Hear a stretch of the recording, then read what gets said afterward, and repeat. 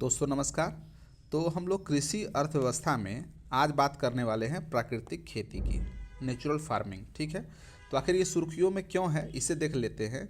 लिखा है कि वित्त मंत्रालय ने प्राकृतिक खेती अपनाने वाले किसानों को प्रति हेक्टेयर 20,000 की एकमुश्त प्रोत्साहन राशि देने के कृषि मंत्रालय के प्रस्ताव को स्थगित किया है। ठीक है, तो प्रमुख तथ्यों को देखें।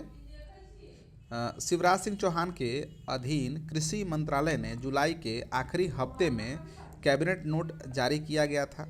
ठीक है, जिसमें प्रस्तावित राष्ट्रीय प्राकृतिक खेती मिशन यानी कि NMNF, ठीक है, के तहत किसानों को दिए जाने वाले प्रोत्साहनों के लिए वित्त मंत्रालय की मंजूरी मांगी गई थी। हालांकि वित्त मंत्रालय ने एक हफ्ते के बाद, ठीक है, एक हफ्ते के बाद कृषि मंत्रालय को सूचित किया कि प्रोत्साहन की प्रस्तावित दरें व्यय वित्त समिति यानी कि EFC द्वारा स्वीकृत दरों से काफ़ी ज़्यादा थी। ठीक है, EFC ने प्राकृतिक खेती अपनाने वाले किसानों को प्रत्यक्ष लाभ हस्तांतरण के माध्यम से प्रति हेक्टेयर 15,000 की प्रोत्साहन राशि प्रदान करने की मंजूरी दी थी। ठीक है, कृषि मंत्रालय ने प्रस्तावित प्रोत्साहनों में बढ़ोतरी पर विचार विमर्श शुरू कर दिया है। ठीक है, कृषि मंत्रालय को अपने विचार बताते हुए वित्त मंत्रालय ने कहा कि उसे प्रस्ताव विषय पर कोई आपत्ति नहीं है। ठीक है, लेकिन EFC द्वारा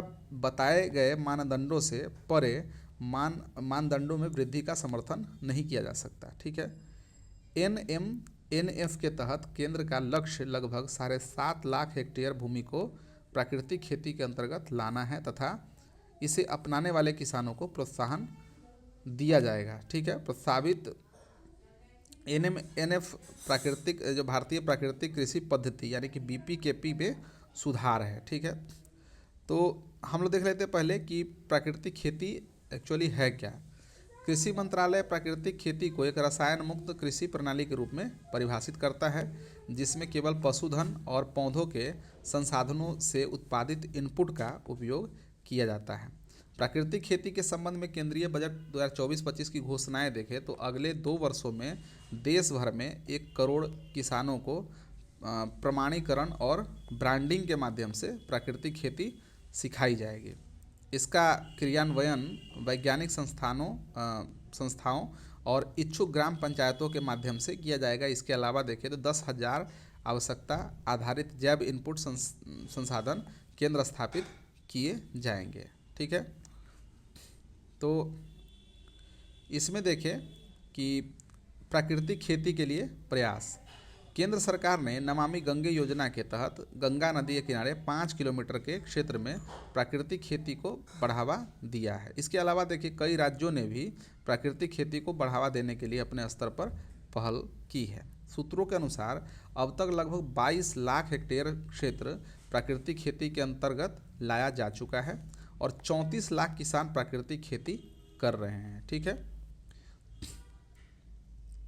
हम लोग देखें कि राज्यों के प्रयास जो है वो क्या है। राज्यों के प्रयास तो आंध्र प्रदेश सामुदायिक प्रबंधित प्राकृतिक खेती यानी कि APCNF कार्यक्रम और भारतीय मूल के प्रसिद्ध मृदा वैज्ञानिक डॉक्टर रतन लाल ने प्रतिष्ठित गुलबेंकियन पुरस्कार जीता।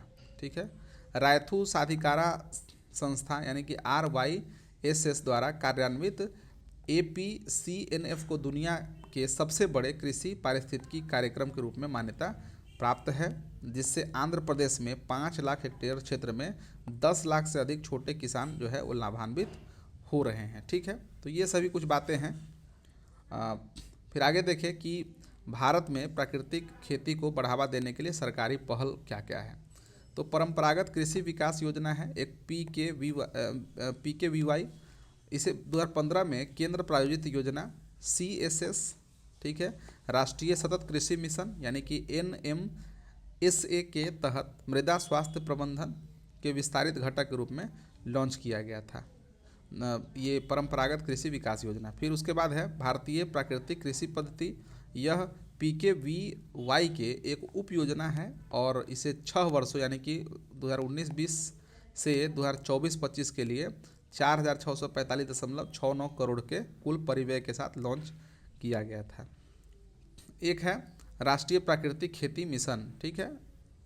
ऊपर देखें आप, ऊपर देखा आपने भारतीय प्राकृतिक कृषि पद्धति, ठीक है। यहाँ है राष्ट्रीय प्राकृतिक खेती मिशन।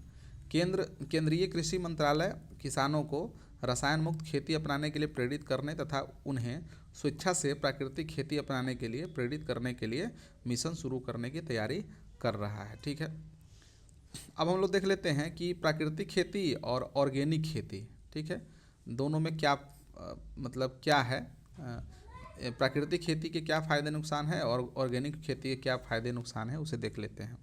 तो देखिए, प्राकृतिक खेती के बारे में सबसे पहले बात करें तो फ़ायदा क्या है कि रासायनिक मुक्त है, ठीक है, और पर्यावरण अनुकूलित है, अनुबंधित किसानों के लिए सुनिश्चित बाजार है और प्रीमियम मूल्य है, ठीक है, इसका मूल्य भी ठीक ठाक मिल जाता है। नुकसान देखें तो प्राकृतिक खाद की अधिक लागत, ठीक है, काफ़ी अधिक लागत लग जाती है। उसका रूपांतरण अवधि के दौरान उपज में कमी हो जाती है। उसके बाद है कि उपभोक्ताओं के लिए लागत अधिक, ठीक है, उपभोक्ता जो है उनके लिए जो लागत है वो अधिक लग जाती है। तो ये प्राकृतिक खेती के फ़ायदे और नुकसान हैं। इसके बाद ऑर्गेनिक खेती की बात करें तो फ़ायदा अंतर फसल से नियमित और बेहतर, ठीक है, कृषि आय। ये कृषि आय जो है अंतर फसल से नियमित और बेहतर कृषि आय, कम उत्पादन लागत, रसायन मुक्त उत्पादन, ये है ऑर्गेनिक फार्मिंग, ठीक है। नुकसान देखिए तो देसी गाय के गोबर और मूत्र की आवश्यकता, ठीक है, कम उपज की संभावना और कोई स्थापित बाजार नहीं है। तो ये एक है प्राकृतिक खेती और दूसरा है ऑर्गेनिक खेती। दोनों के फायदे नुकसान इसी प्रकार से हैं, ठीक है। तो दोस्तों हम लोगों ने इस टॉपिक को पूरा किया है, ठीक है, और मिलते हैं अब अगले वीडियो में। तब तक के लिए धन्यवाद।